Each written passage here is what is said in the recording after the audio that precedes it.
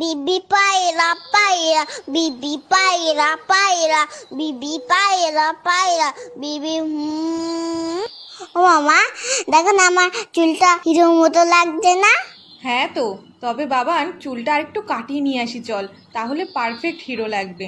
ও মা শোনো, তুমি দোকানদারকে বলবে আমাকে যেন হিরোর মতো চুল কাটিয়ে দেয়, পুরো যেন শাহরুখ খানের মতো দেখতে লাগে। ও মা বলো না, বলবে তো?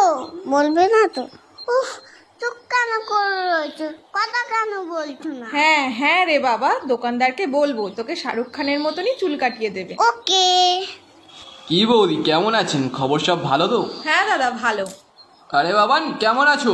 হ্যাঁ ভালো আছি, তবে আমার কিন্তু হিরোর মতো চুল কেটে দিতে হবে।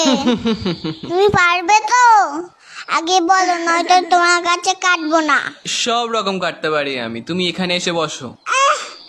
আমাকে একটু উঁচু করে দাও, আমি তো মুখটাই দেখতে পাচ্ছি না। হ্যাঁ তাই তো, তুমি নামো, আমি উঁচু করে দিচ্ছি। দেখো আমার জন্য সব চুল কেটে দিও না।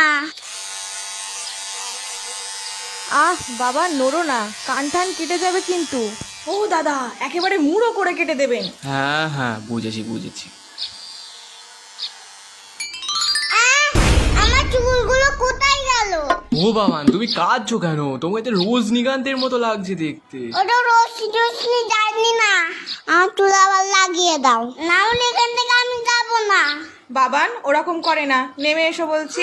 আমার দেখো আমাকে টাক করে দিচ্ছে, তুমি আঙ্কেলকে বকো, বকবে না। শোন, টাক হয়েছিস তো কি হয়েছে, ও আবার দুদিনে চুল গজিয়ে যাবে, তাছাড়া তো তোর হিরোর মতনই লাগছে। ঠিক আছে ঠিক আছে, টাক যখন হয়ে গেছি তাহলে চকলেট দাও। এই তো বাবান, ভালো ছেলে, বাহ বাহ।